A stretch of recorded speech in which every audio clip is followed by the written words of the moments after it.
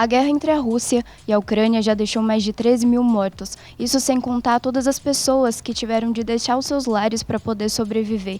E essa guerra, essa disputa entre esses dois países é recente, mas a história é bem mais antiga. E eu vou te contar uma coisa que talvez você não saiba. O mundo está em guerra. Não existe uma única motivação como nas grandes guerras, mas existem registros de conflitos militares em quase todos os continentes. E esses conflitos afetam a vida de pelo menos 1,7 bilhão de pessoas. Eu sou a Mivik. E eu sou Samu Strazer. E no Pode Ser de hoje a gente vai tentar entender por que é que existe tanta guerra no mundo. Pode ser? Pode ser.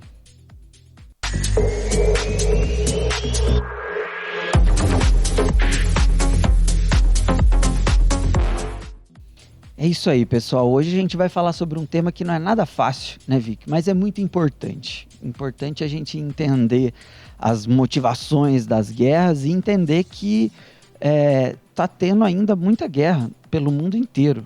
Né? E isso é bastante preocupante. Exato. E pode até ser que a gente não esteja vivendo isso da forma como, por exemplo, a Ucrânia está vivendo, mas o que esses dois países estão fazendo nesse momento afeta o mundo inteiro e outras guerras, outros conflitos que existem, né, que estão acontecendo ao redor do país afetam todas as pessoas, né? E pessoas estão morrendo e estão tendo que abandonar tudo que construíram para conseguir sobreviver. Eu acho que é bom a gente começar falando que existem muitas guerras em andamento, né, pelo mundo, muitas guerras. E por que a guerra entre a Ucrânia e a Rússia ela tem mais destaque, né, ela tem mais foco? Eu acredito que seja porque ela é uma guerra com proporções mundiais, apesar de estar acontecendo militarmente só territorialmente ali na Ucrânia. Né? Mas quando começou a guerra, já o mundo inteiro, a economia do mundo inteiro já foi afetada. Né? Aqui no Brasil a gente sentiu esses efeitos. Então por isso que é uma guerra que deixa o mundo inteiro literalmente tenso, bastante tenso. Né? Mas começando do começo, né, Vic, para a gente entender por que Rússia e Ucrânia, tal, o que tá rolando lá, essa treta não é de agora, né? Vamos começar do começo. Primeiro que a história da Ucrânia e da Rússia, elas se misturam, né? A história da criação da Rússia, o nascimento da nação russa aconteceu em Kiev e da Ucrânia também. Que era a Rússia de Kiev no passado. Inclusive, eu quero indicar um podcast aqui pra galera, que é o História em Meia Hora. É um podcast incrível, cara. Que eles têm um episódio sobre Rússia e Ucrânia, que conta a história dos dois países. Foi essencial escutar pra gente preparar esse episódio. Então, assim, nos livros de história da Ucrânia, conta lá que a Ucrânia foi fundada em Kiev. E nos livros de história da Rússia, fala que a Rússia foi fundada em Kiev. E hoje a gente tem Kiev sendo a capital da Ucrânia. Da Ucrânia. Um espaço também que já passou por muita dificuldade nesse meio tempo, porque foi um dos palcos da guerra, então um espaço que a Rússia tentou pegar, que a Ucrânia, né, protegeu e muitas pessoas perderam. E a Rússia, inclusive, está sendo acusada de ter matado civis em guerra. Bombardeio em áreas civis e tudo mais. Tá bem sério. É feia coisa. E esse conflito militar, a sementinha dele, né, esse atual, foi em 2014. Em 2014 teve muitas manifestações lá na Ucrânia, porque tinham um grupo de pessoas que era pró-Rússia, um grupo de pessoas que era pró-Europa, vamos dizer assim, e tiveram muitos protestos, inclusive confronto entre os civis e a polícia. Então a política da Ucrânia estava meio abalada, né? E a Rússia se aproveitou disso para atacar a Crimeia ali. E a Crimeia é tipo uma ilha ali que fica para baixo da Ucrânia, que é uma região muito estratégica, né? Sim. Porque ela dá acesso pelo mar para vários outros países. Para a Rússia é interessante pra caramba, porque a Rússia não tem nenhuma parte dela que desemboca ali perto da Crimeia. Então, e aí a Rússia aproveitou que eles estavam fracos politicamente e tinha um grupo pró-Rússia forte na Crimeia e eles anexaram a Crimeia, o que já não foi legal, né? Isso evoluiu alguns anos depois, em 2021, a tensão entre os dois países começou a ficar pior, a Rússia começou a movimentar ali as tropas perto da fronteira e falando que não, a gente só tá exercício padrão, né? A Ucrânia já viu que a parada estava ficando meio tensa, já começou a pedir ajuda, falou, ó, galera, estão vindo aqui para cima de mim, me ajuda aí. E começou a falar com a OTAN e tudo mais, e daqui a pouco a gente vai explicar o que é a OTAN e por que é tão importante, né, nessa parada aí, nessa treta. E aí a Rússia usou isso até de pretexto para atacar a Ucrânia em 2022, em fevereiro de 2022. E a gente está fazendo esse programa porque recentemente essa guerra completou 1 ano e ainda não acabou. Então, em fevereiro de 2022, a Rússia pegou e começou a atacar a Ucrânia, invadir a Ucrânia, alegando muitas coisas, falando que tinha uma galera pró-Rússia que queria, regiões que queriam fazer parte da Rússia, não queriam fazer mais parte da Ucrânia, e a Rússia também alegou que a Ucrânia estava se aproximando da OTAN, e a OTAN Rússia não fecha com a OTAN, e aí esse foi um dos pretextos. É muita coisa acontecendo nessa MUI. Uma coisa que me marcou bastante nesses últimos meses é que esse conflito, né, entre a Rússia e a Ucrânia tem deixado muitos países, principalmente na região da Ásia e da África, com muitas dificuldades, principalmente as regiões mais pobres. Então as pessoas estão passando fome, estão sofrendo com a falta, né, de gás, de petróleo, e isso me lembrou muito uma série um anime, né, que eu tô assistindo e que acabou de sair alguns episódios, então acho que fãs devem estar loucos neste momento, que é a Attack on Titan, né, Shingeki. E é muito triste, porque em Shingeki a gente também tem isso. Para quem gosta de assistir o anime, ou assistiu algum outro anime que mostra a guerra, você vê nitidamente que são pessoas. A gente tem, né, para quem não conhece a Attack on Titan, a gente tem um universo, né, em que existem os titãs, então que são seres uns monstros gigantes, exato. Eles parecem com seres humanos, assim. E eles são meio deformados, meio esquisitos. E eles são gigantes, então tem 3 metros, 15 metros, gigantes que são muito maiores que isso. E daí a população existente, né, que eles acreditam ser quem sobrou assim do mundo inteiro, eles vivem dentro de uma muralha e eles, né, tentam sobreviver ali dentro protegido dos titãs. E daí a guerra deles é com os titãs, esse conflito. Só que daí ao longo dos episódios a gente vai percebendo que a guerra nunca é contra monstros, assim. Os filmes mostram muito isso pra gente, né? A ficção mostra muito isso pra gente. Tem os monstros, mas no final das contas as rixas e as brigas são sempre humanos contra humanos. Então depois, eu não vou dar muito spoiler pra quem não assistiu Shingeki, mas depois a gente vai descobrindo que os gigantes problemas, né, não são os titãs, e sim os seres humanos. Não, e eu quero indicar, inclusive, outro anime que também mostra uma realidade de guerra, que é o melhor anime de todos os tempos, e anote, Full Metal Alchemist. Isso não sou nem eu que tô falando, é o mundo inteiro que fala que Full Metal é o melhor anime de todos os tempos. E ele mostra a realidade de um país que vive uma ditadura militar, né? Só que ele sofreu muitos conflitos internos, né? Ele teve uma guerra civil entre um grupo que era a galera de Chival, que é um grupo étnico dentro do país diferente, né? Contra, vamos dizer assim, essa galera de Chival tem a pele mais escura e olho vermelho. E eles moravam numa região ali, e eles tinham uma religião e tudo mais. E eles começaram a querer se emancipar, né? ser independente e tal, e teve uma guerra civil ali dentro do país que acabou com a dizimação, assim, como se fosse o holocausto ali dessa minoria, né? E eles tiveram essa guerra civil. E é legal que ele mostra muito os traumas que as guerras causam nas pessoas, né? Muitas pessoas, o ódio, ele vai passando de geração em geração. As pessoas que sobreviveram de Chival, né? Desse grupo étnico que era minoria, eles vivem na pobreza, né? Eles vivem uma situação deplorável, além de não terem direito a praticarem a fé deles e tudo mais. Então a guerra muitas vezes é motivada por isso também. A gente vê na Segunda Guerra Mundial que a motivação foi por uma questão ideológica, aí tem disputa de território, tem questões religiosas que muitas vezes influenciam nas guerras, né?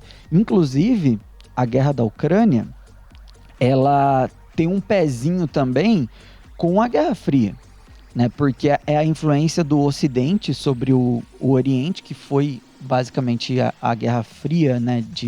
O capitalismo, representado pelos Estados Unidos, e o socialismo, as ideologias do socialismo lideradas ali pela URSS, União Soviética.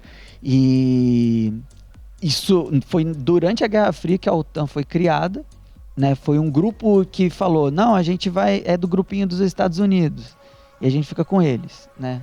E aí criaram a OTAN, e a Rússia respondeu com o Pacto de Varsóvia e falando, essa galera aqui é do meu grupinho. Então ficou 2 times bem separados, e a Ucrânia tá nesse meio aí, era parte da Rússia, mas está flertando com a galera que é contra a Rússia, e isso não resultou em um bom relacionamento ali dos países que são vizinhos.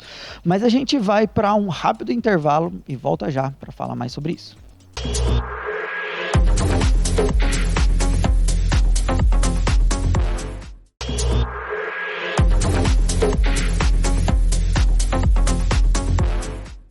É isso aí, galera, estamos de volta aqui falando sobre as guerras que infelizmente a gente ainda tem por aí.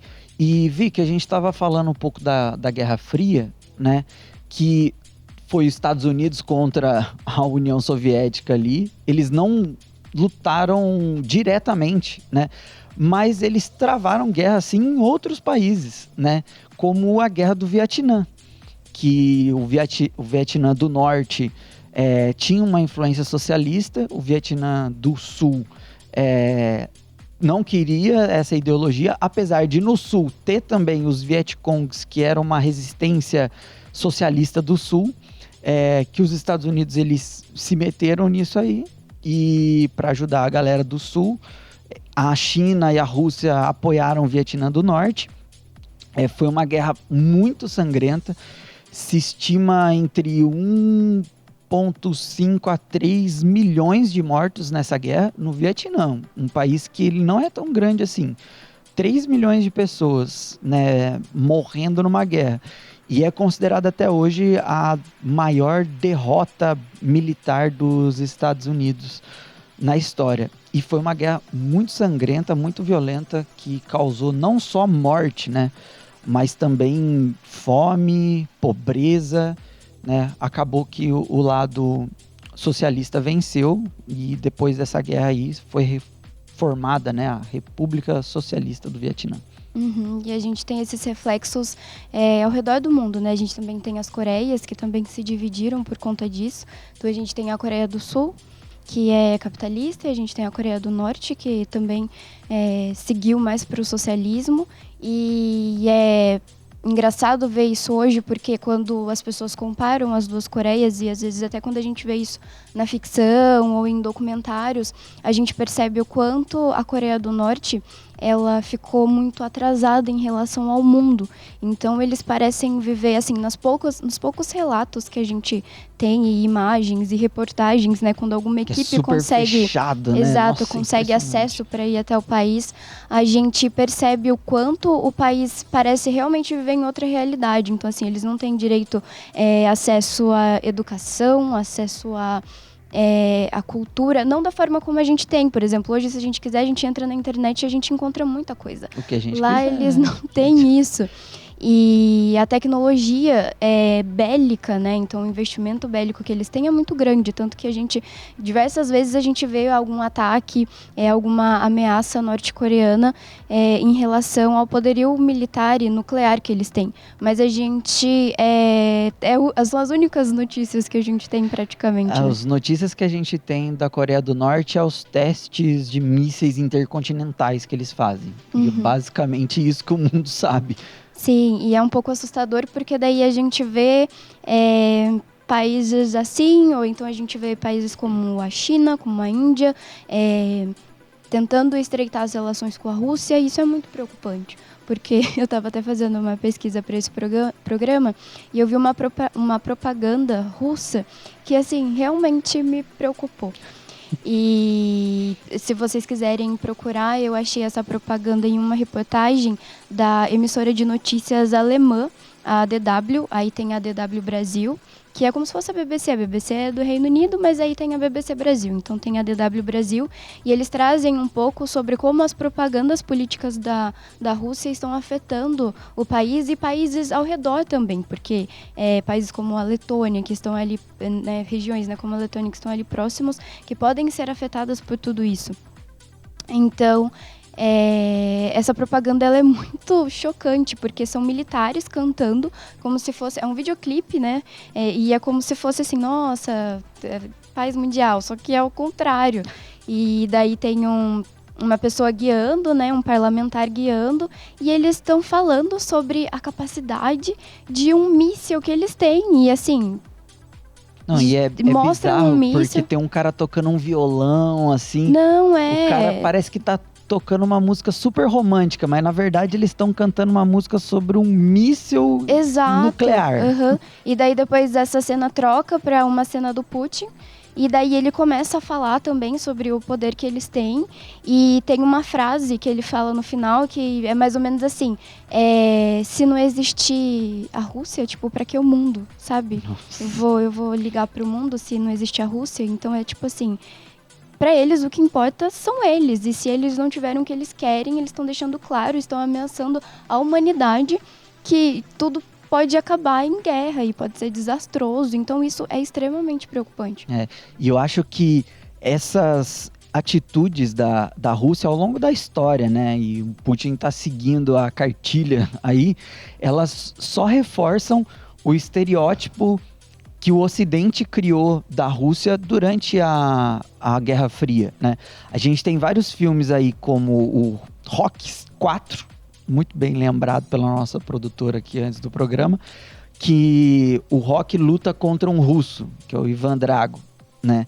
Que mostra, nossa, o russo é vilão, entendeu? Que só quer matar as pessoas, não sei o quê. Mata o Apollo Creed na porrada, literalmente. E aí o Rocky vai vingar o amigo, não sei o quê. A gente tem em Stranger Things, que é série super recente, que se passa num período durante a Guerra Fria, que mostra os experimentos que os russos faziam e mantinham as pessoas presas e queriam fazer novas armas para dominar o mundo, né? Então rola esse estereótipo. E essas atitudes da Rússia só fortalecem essa visão que o resto do mundo tem deles.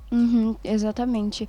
E tudo isso me faz muito pensar no que a gente falou no começo do programa, né? Porque é que existe tanta guerra no mundo, né? É necessário tudo isso acontecer, os países precisam, né, defender tanto assim os seus territórios. Então a gente, né, tem a invasão, né, da Rússia na Ucrânia, foi alguns meses depois da Ucrânia começar a se aproximar da OTAN, né? então de querer fazer parte do grupo e tudo mais, que é um grupo político, econômico, né, E militar, sobretudo militar. Exato. Então, esse medo da Rússia, tendo a Ucrânia, que é um país, né, que está ali perto do seu território, se aproximando dos Estados Unidos, né? Então, de um lado que seria oposição da Rússia, tendo em vista a história que a gente, né, já falou um pouquinho, né, da Guerra Fria, então de países que são contrários e têm políticas contrárias e acreditam em coisas diferentes. E tudo isso vai criando toda essa indigestão mundial e política mundial. E eu quero indicar um filme aqui que divide opiniões, tem gente que gosta, tem gente que não gosta, mas mostra claramente assim essa tensão que a gente vivia na Guerra Fria, que a gente está vivendo muito hoje, que é o Watchmen, né? O Watchmen, ele é um filme de heróis, anti-heróis, né, que se passa durante a Guerra Fria, e a grande discussão do filme é se o mundo ele está chegando ao fim ou não, né? E esse apocalipse seria a guerra nuclear, né? Então tem até uma analogia que eles fazem lá, tipo, no relógio do planeta Terra, a gente está há quanto tempo do dia acabar, né? De chegar no dia final. Eles colocam um relógio lá, tá faltando 5 minutos para o mundo acabar e tal. Tudo isso por conta do conflito nuclear que poderia acontecer, que estava iminente a acontecer, né? E a gente tá rolando isso agora, porque a Rússia está ameaçando o mundo inteiro. Aí o mundo inteiro também tem que falar, mas a gente também não é bobo, a gente também tem como fazer alguma coisa aqui, né? E fica nessa ameaça. Aí tem a Coreia do Norte muito louca lá, que também fala, eu também, hein? Sou perigoso, cuidado comigo. Então assim, tá todo mundo, o mundo inteiro numa tensão de, inclusive, ter alguma outra guerra mundial, né? Mais uma nova guerra mundial, que preocupantemente poderia ser uma guerra nuclear.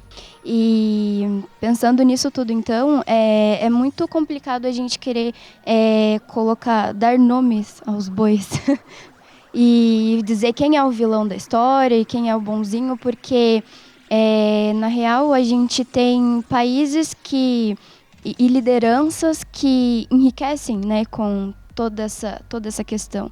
Então, por exemplo, a gente tem países da Ásia, da África, que estão tendo problemas com a alimentação, tendo problemas com a questão, né, do gás, do petróleo, do combustível, mas porque, por exemplo, os Estados Unidos, que se colocou numa posição de contra-guerra, ele também não ajuda mais esses países. Então, a gente não tem a ajuda dos Estados Unidos nesses países, e em contrapartida a gente tem a Rússia usando, então, por exemplo, o gás e tudo mais, como uma forma de comprar esses países para poder deixar esses países do lado da Rússia. Então, assim, a comida, o combustível e essas coisas que são essenciais para as pessoas acabam sendo moeda de troca durante a guerra. E a gente vê isso direto, sabe, em diversos filmes de guerra.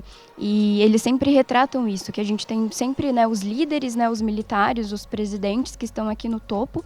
E eu acho gritante, isso aparece muito também em Nada de Novo no Front, que é um filme mais recente que a gente tem agora, que inclusive está concorrendo, né, ao Oscar.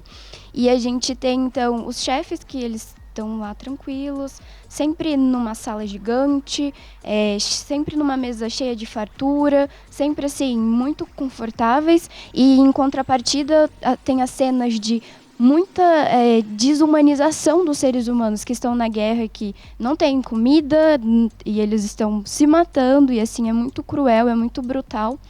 Então tudo isso deixa tudo muito insano. Então, assim, enquanto as pessoas estão passando fome na vida real, estão passando necessidades, estão morrendo, a gente tem países que continuam, tipo, brigando para provar quem é o mais forte, para conquistar território, ao invés de cada um respeitar o que já tem.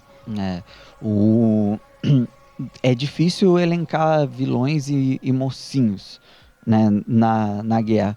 Inclusive, o plot do Tony Stark no primeiro filme do Homem de Ferro é justamente isso. Ele tem uma empresa que vende armamento, né? Então ele lucra com conflitos militares e ele acaba sendo alvo, né, de um conflito militar, quase morre, é capturado e tudo mais. E aí ele vê que, como assim, né? Tipo, a guerra é ruim. Eu vendo coisa para matar as pessoas e aí ele para com isso, né? E aí ele vira um herói e tudo mais.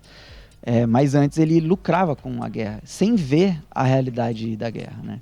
Mas a gente vai para um rápido intervalo e já volta no nosso último bloco.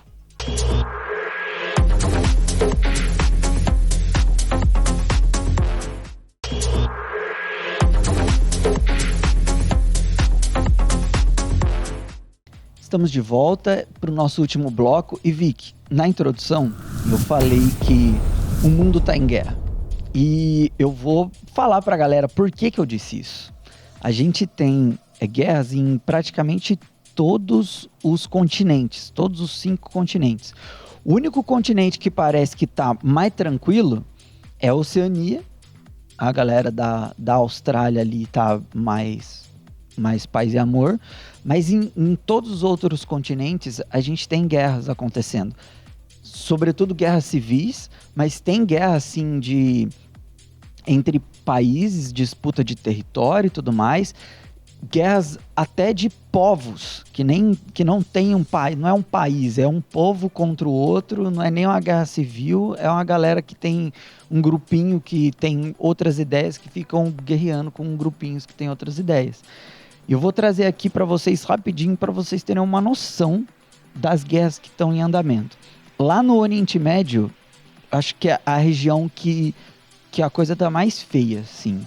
A gente tem guerra nas regiões curdas, que é o pessoal ali entre a Síria, o Iraque e tudo mais. A gente tem o conflito entre Israel e Palestina. A gente tem uma guerra na Síria, que é uma guerra mais civil. A gente tem uma guerra no Iêmen acontecendo, isso tudo lá. A guerra do Iêmen já teve 233 mil mortes. E assim, a galera vivendo em condições nada humanas lá. Na Ásia a gente tem guerras no sul do Cáucaso e na Ásia Central. A tensão entre a Coreia do Sul e a Coreia do Norte, que nunca teve um tratado de paz entre eles. Eles sempre ficam assim, ligeiro, alerta, porque alguma coisa pode acontecer. E no Mianmar também. Eu nem sabia que esse país existia, mas ele está em guerra. Na África, a coisa também está bem tensa lá. Nunca parou de ter guerra na África. E a gente não vê, mas é um problema muito grande lá. Tem guerra na Nigéria, tem guerra na República Democrática do Congo, tem guerra na região do Sahel, que é uma faixa de vários países que ficam ali, fazem fronteira com o Saara, ali ficam próximos ali do Saara. Na América, a gente tem um conflito muito complicado acontecendo na Colômbia, que é mais entre alguns grupos, vamos dizer assim, terroristas. As Farc, elas assinaram um tratado que iam largar as armas e tudo mais alguns anos atrás, mas tem uns remanescentes que não concordaram com esse cessar-fogo aí. Muitos problemas acontecendo na fronteira por conta de traficantes que querem ter livre acesso e comércio. E no Haiti, que inclusive o Brasil já enviou ajuda humanitária e militar também para o Haiti, porque eles vivem uma guerra civil por lá. Para você ver, o mundo inteiro está em guerra, um monte de gente está morrendo, 1,7 bilhões de pessoas são afetadas por esses conflitos. Então, assim, se o mundo tem 8 bilhões de pessoas, quase 2, né? 1,7 bilhão de pessoas. É uma boa parcela do mundo que ainda convive com a incerteza se vai sobreviver mais um dia. Uhum. Gente, esse programa foi um pouquinho diferente, né? Realmente não é fácil falar sobre esse assunto, é muito triste, né? Muitas pessoas morreram com a guerra da Ucrânia e diversas guerras diferentes, né? As pessoas continuam morrendo e muitas pessoas acabam tendo também que sair do lugar em que vive, do lugar em que construíram as suas vidas. Então é uma realidade muito triste e a gente espera que isso mude, mas para mudar envolve uma questão geopolítica, política, militar muito grande. E é isso, a gente tinha bastante coisa para falar para vocês, mas o programa foi bem rápido, mas a gente espera que a situação melhore, embora seja difícil também, né, Samu? Pra caramba. A gente não consegue fazer muita coisa, né? Mas, você que tá escutando aí o Pode Ser, você pode guardar essa ideia aí e tudo mais, né? Ficar a par do que tá acontecendo no mundo, porque é no futuro que a gente vai mudar isso. Quando as próximas gerações estiverem mais conscientes. Eu espero que a gente tenha ajudado você a entender esses conflitos e a seriedade dessa situação entre as guerras que estão acontecendo no mundo. É um assunto triste, mas conhecimento é sempre importante. E escutem os outros episódios do Pode Ser aqui. A gente já tocou em vários assuntos que a gente falou hoje, né? A Guerra Fria, as outras guerras, nos outros episódios também. E sempre, de alguma forma ou de outra, a gente tenta levar conhecimento aí para vocês. É isso, pessoal. Muito obrigada e até a próxima. Até mais.